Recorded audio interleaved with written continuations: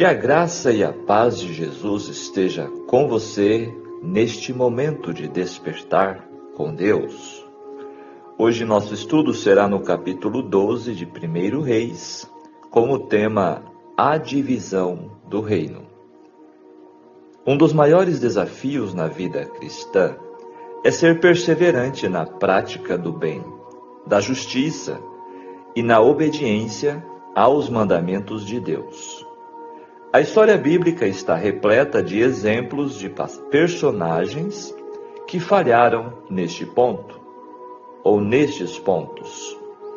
No capítulo de hoje, encontramos o triste relato da divisão do reino de Israel em duas partes, o sul e o norte, conforme Deus já havia predito através do profeta Aías. A onisciência de Deus e a debilidade humana se destacam neste capítulo 12. Em 1 Reis 12, vemos o início do reinado de Roboão, filho de Salomão. Ele cercou-se de maus conselheiros e desprezou as palavras sábias dos anciãos, os homens de experiência em Israel. O que se vê em Roboão é muita estupidez e arrogância. Ele pegou Israel em seu período mais próspero e em pouquíssimo tempo o desmantelou, a ponto de dividi-lo. Contudo, fica claro na exposição do capítulo que isso aconteceu também por obra do Senhor, conforme vamos ver o verso 24, como uma forma de juízo à desobediência de Salomão e de seu filho Roboão. O que fica muito claro aqui é que a prosperidade dada por Deus, ela só é mantida se o Senhor continuar sendo o governante supremo. Como vimos no capítulo anterior, ontem, Salomão, no final de sua vida, se desviou dos caminhos de Deus e isso trouxe sérias consequências a ele, aos seus súditos e também a seu filho Roboão. Com isto, devemos entender que se nos desviarmos e seguirmos a inclinação de nosso coração mau, seremos arruinados. Portanto, prepare-se para uma análise profunda que nos convida a refletir sobre as implicações da liderança e a importância da sabedoria nas decisões que moldam nosso futuro. Essa é a introdução em nosso estudo de hoje do capítulo 12. Se você ainda não é inscrito, inscreva-se. Deixe o seu joinha, dando o seu apoio a este projeto, a este canal, e também compartilhe com seus contatos. Agora vamos à análise dos textos deste capítulo. A segunda maior parte de 1 Reis, o reino dividido, começa aqui, neste capítulo 12. E depois continua no livro de 2 Reis. São 24 versículos. Este trecho descreve a ascensão de Roboão e a divisão do reino entre o norte e o sul. Os reinos permaneciam divididos até que cada um foi invadido por estrangeiros. O reino do norte em 722 a.C. e o do sul em 586 a.C. Roboão, nos versos 1 a 3, o seu significado é: o povo é numeroso, em referência à expansão da nação de Israel sob a mão de Deus. Infelizmente, Roboão tornou-se um meio de prejudicar a expansão do povo de Deus, até mesmo mediante guerra civil e a secessão das 10 tribos do norte. Situada em Efraim, Siquém foi um importante centro de atividades israelita. Foi o primeiro lugar mencionado em Canaã, com referência a Abraão, indo à sua coroação e em um lugar arraigado na história do seu povo e que se situava na região das tribos do norte. Sem dúvida, Roboão cria que ele estava dando um passo estratégico. O termo toda a congregação de Israel refere-se aos representantes das tribos do norte que vieram considerar a confirmação de Roboão como rei de todo o território. Agora os versos 4 e 5 nos apresentam que o sistema de trabalho forçado tinha sido imposto pelo pai de Roboão, Salomão, para realizar e manter os seus projetos de construção. Por esse trabalho ser tão penoso, as tribos do norte demonstravam muita insatisfação e tratavam acerca de alívio do jugo. Então disseram no verso 4, teu pai fez pesado o nosso jugo. A palavra jugo é caracteristicamente usada para indicar a opressão dos israelitas por governantes estrangeiros.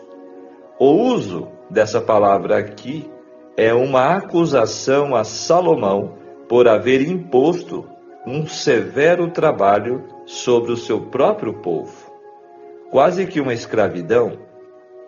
O peso dos impostos, dos mantimentos, dos serviços forçados, fora suportado durante a campanha de Salomão para estabelecer a prosperidade nacional e bem logo degenerou em prol da luxúria da casa real. Hoje existem países como a China, por exemplo, que elas são prósperas, né? Um país próspero, mas sabemos que existe um trabalho escravo por trás disto, né? Pessoas sofrem para que os governantes prosperem. Agora os versos 8 e 9 descreve os jovens. Eram homens da geração de Roboão, os quais ele indicou para terem cargos governamentais, ou seja, eram inexperientes. E então, a resposta de Salomão foi, de Roboão, melhor dizendo, dos versos 10 e 11. O meu dedo mínimo, o meu mindinho, é mais grosso do que os lombos de meu pai. O conselho dos próprios conselheiros de Roboão foi que o sistema de trabalho forçado devia ser intensificado, até que o seu aguilhão fosse como o de um escorpião. Os açoites eram chicotes de couro que podiam ter mais de uma tira, nas quais havia pontas com farpas ou espinhos de metal. Então, tolamente, nós vemos aqui, Roboão seguiu o conselho dos jovens, de seus amigos tolos. E o verso 15, o autor está dizendo que estes trágicos eventos continuam sob controle último de Deus, destacando que isto vinha do Senhor.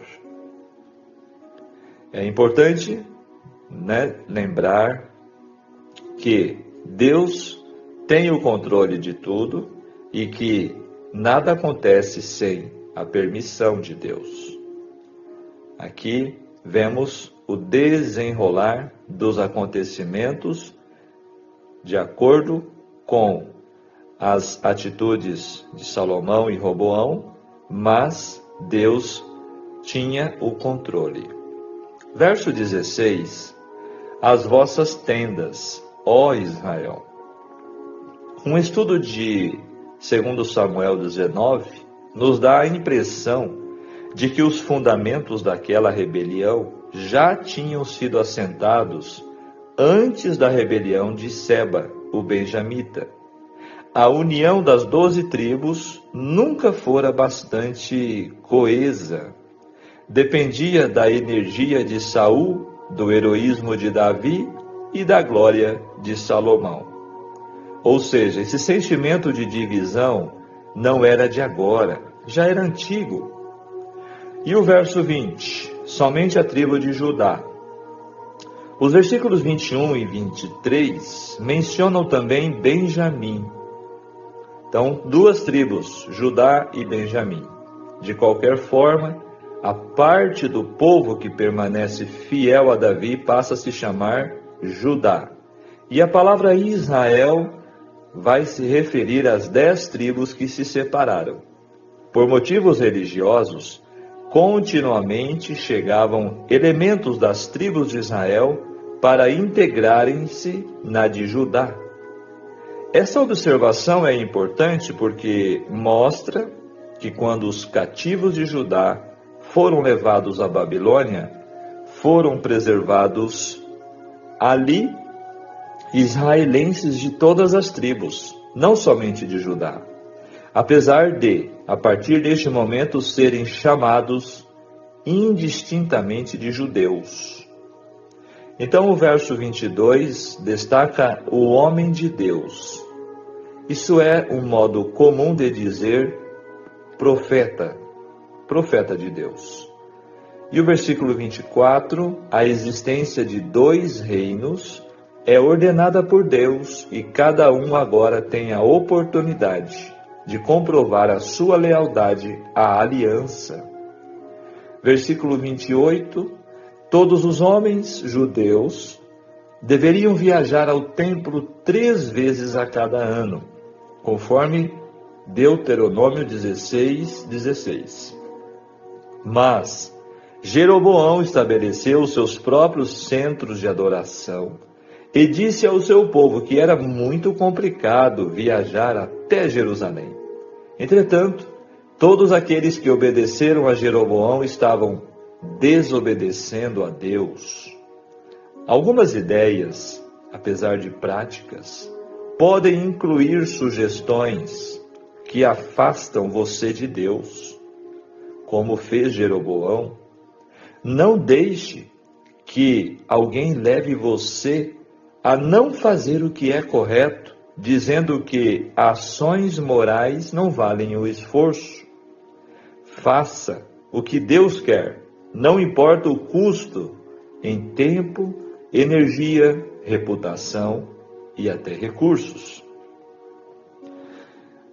Nos versos 28 e 29, destaca então a triste atitude de Jeroboão.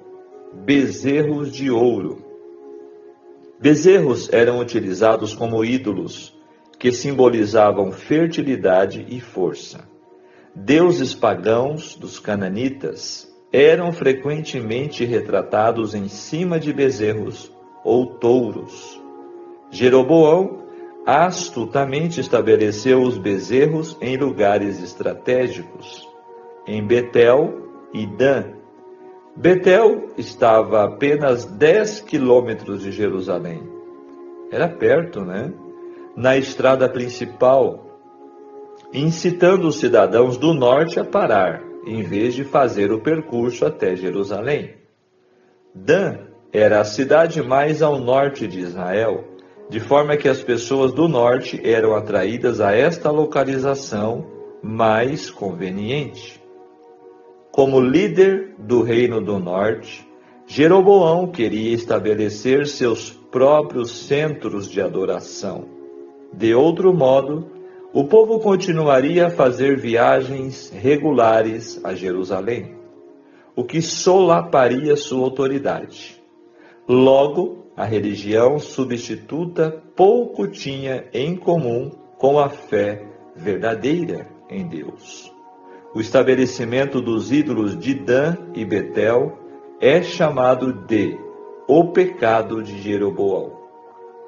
A religião de Jeroboão era como qualquer outro tipo de religião, por vários aspectos, como, primeiro, tinha sua origem no seu próprio pensamento.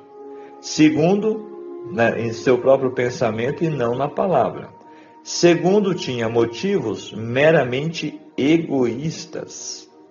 Terceiro, alegava ser vantajosa para o povo. Quarto, consistia em uma rebelião contra Deus. E quinto, era praticada por pessoas de baixo nível espiritual. Esses são os destaques desta religião, nova religião que Jeroboão estabeleceu. Verso 30, e este feito se tornou pecado. A divina declaração é simples. A exclusividade de Jerusalém em ser o lugar central de adoração a Deus no Templo Santo foi ignorada pelo povo de Israel, o povo do norte, né? E fechando este tópico, versos 31 a 33, as novas instituições religiosas de Jeroboão incluíram o início de uma nova ordem religiosa que excluía os levitas e erguia santuários em altos lugares. Ele substituiu a festa dos tabernáculos por um festival de outono no 8º mês. As suas várias tentativas de inovação religiosa fizeram cair sobre si próprio a reprovação de Deus e a reputação de ser espiritualmente infame. Agora vamos para o complemento, o que diz o espírito de profecia deste episódio. Momento decisivo. Logo após sua ascensão ao trono, Roboão foi a Siquém, onde esperava receber reconhecimento formal de todas as tribos. Todo Israel tinha vindo a Siquém para o fazerem rei. Entre os presentes estava Jeroboão, filho de Nebate. O mesmo Jeroboão que durante o reinado de Salomão tinha sido conhecido como um varão valente, e a quem o profeta Aías, o silonita, tinha levado a assustadora mensagem: eis que rasgarei o reino da mão de Salomão, e a ti darei as 10 tribos. O Senhor, por intermédio de seu mensageiro, tinha falado claramente a Jeroboão com respeito à necessidade de dividir o reino. Esta divisão devia ocorrer, declarou ele, porque me deixaram e se encurvaram a Astarote, deusa dos Sidônios, e a Quemos, deus dos Moabitas, e a Milcom, deus dos filhos de Amon, e não andaram pelos meus caminhos, para fazerem o que parece reto aos meus olhos, a saber, os meus estatutos e os meus juízos, como Davi, seu pai. Embora Salomão tivesse ansiado por preparar o espírito de Roboão, seu sucessor escolhido, para que enfrentasse com sabedoria a crise predita pelo profeta de Deus, ele não fora jamais capaz de exercer forte influência modeladora para o bem sobre a mente de seu filho, cuja primeira educação tinha sido tão extremamente negligenciada. Roboão tinha recebido de sua mãe, uma amonita, a estampa de um caráter vacilante. Algumas vezes procurou servir a Deus e foi agraciado com uma medida de prosperidade, mas não ficou firme e afinal rendeu-se às más influências que o rodearam desde a infância. Olha que relato interessante esse texto traz. A educação de Roboão, portanto, foi falha. Sua mãe era uma estrangeira idólatra, e isto trouxe más influências sobre Roboão. Nos erros da vida de Roboão e em sua apostasia final, é revelado o trágico resultado da união de Salomão com mulheres idólatras.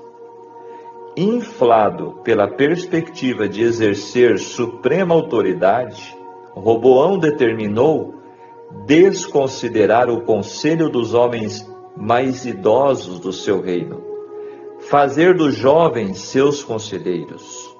Sucedeu então que no dia aprazado, ou seja, no dia marcado, quando Jeroboão e todo o povo vieram a Roboão em busca de uma resposta concernente ao programa que ele pretendia pôr em prática, Roboão lhes respondeu asperamente, dizendo: meu pai agravou o vosso jugo, porém eu lhe acrescentarei mais.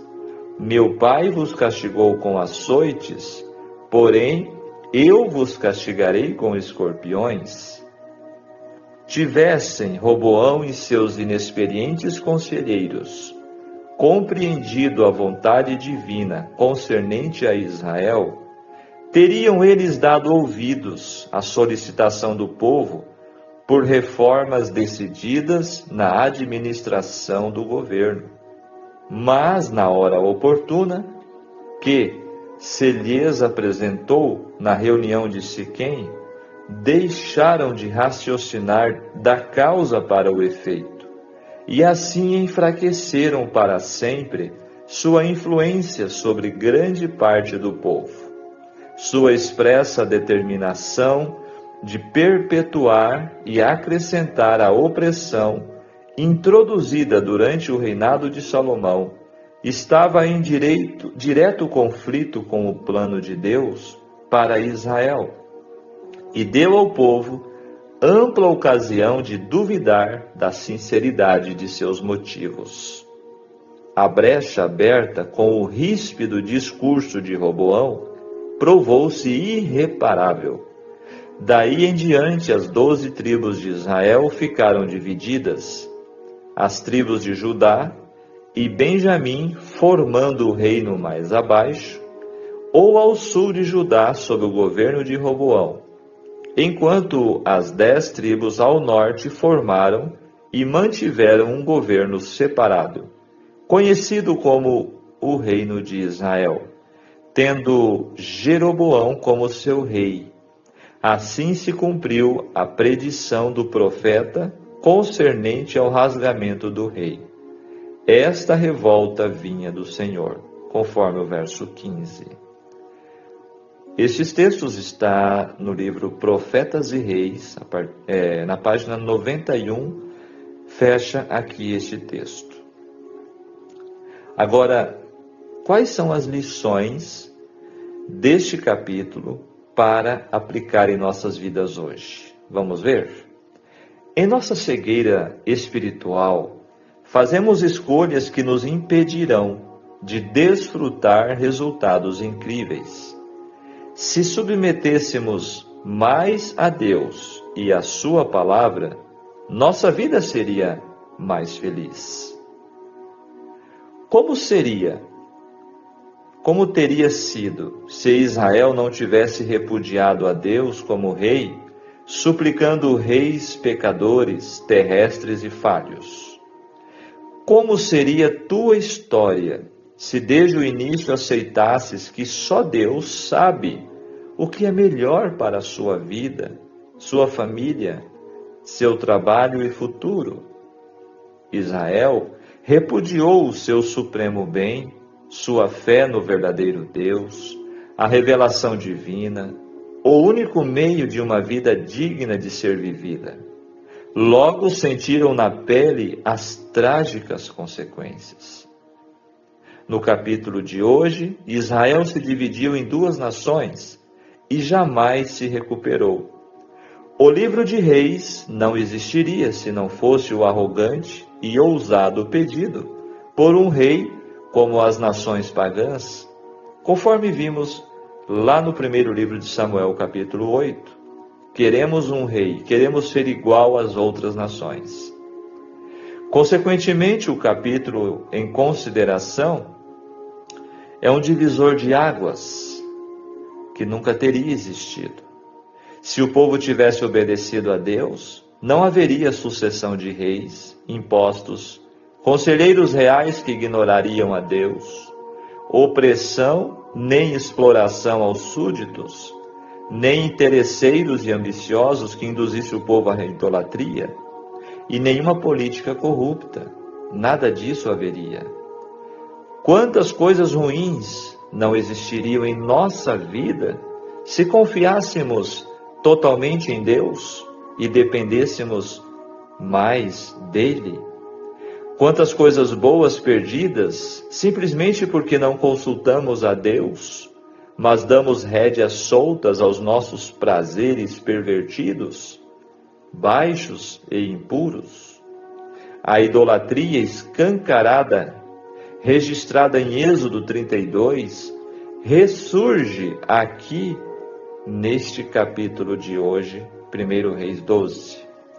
Em meio à tremenda apostasia, Deus ainda se fez presente, agindo na história e regendo para que o mal não se proliferasse ainda mais. Há importância as referências a Deus e a sua palavra neste contexto, onde aprendemos que Ele, primeiro, faz cumprir suas declarações. Segundo, fala por meio de seus profetas para intervir diretamente nas decisões humanas. Portanto, tenhamos fé. Deus está no controle quando a história parece um caos.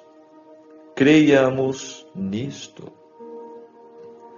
Agora, fechando nossa reflexão de hoje, a escolha de Roboão e a subsequente divisão do reino são significativas, pois ilustram como decisões imprudentes e a falta de sabedoria na liderança podem ter consequências duradouras. A divisão não apenas fragmentou a nação, mas também teve impactos políticos, sociais e espirituais que se estenderam por gerações.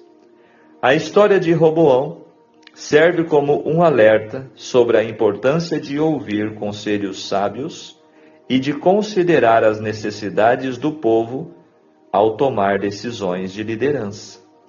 A idolatria de Jeroboão e seus meios de envolver o povo em uma falsa adoração foi só o início de tempos muito difíceis para aqueles que desejavam permanecer fiéis em meio à infidelidade. E hoje, em nossos dias, hoje, os bezerros de ouro ganharam novas formas. Têm sido erguidos sob o disfarce de conquistar pessoas. Hoje, uma igreja cheia é mais valorizada do que uma igreja reavivada. E é dentro dessa perspectiva, cada vez mais agravante, que nos aproximamos do limiar do tempo de angústia, qual nunca houve. Somente o Espírito Santo pode nos guiar a toda a verdade. E somente por meio do Espírito, o remanescente de Deus obterá a sabedoria para entender o tempo solene e decisivo que estamos vivendo.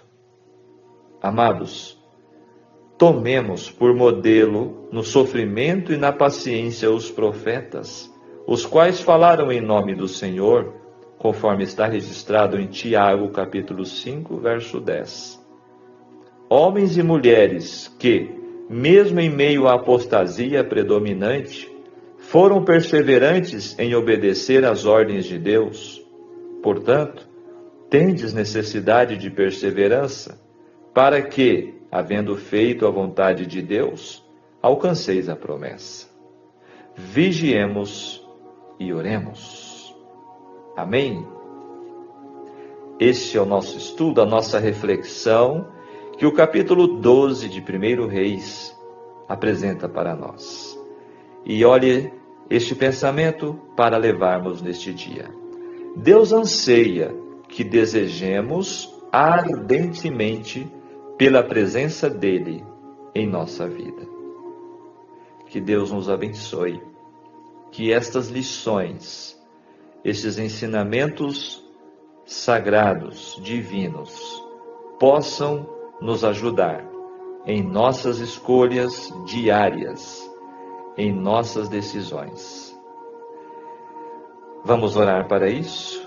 Maravilhoso Deus, querido Pai Celestial, graças te damos pelo despertar de um novo dia, graças te damos pelo despertar em Sua Palavra, pelos ensinamentos preciosos que o Senhor envia-nos, capítulo a capítulo. Queira nos ajudar, Senhor, em nossas vidas, em nossas decisões. Nos dê sabedoria, nos dê, Senhor, humildade e um total sentimento de dependência de Ti. Que jamais busquemos fazer a nossa vontade, mas sim que busquemos sempre fazer a Sua vontade. Abençoe cada pessoa que está acompanhando este estudo e esta oração em mais uma jornada de um dia. Em nome de Jesus, amém. Que Deus te abençoe, que Deus te guarde. Tenham todos um ótimo dia e até o nosso próximo encontro. Um grande abraço. Tchau, tchau.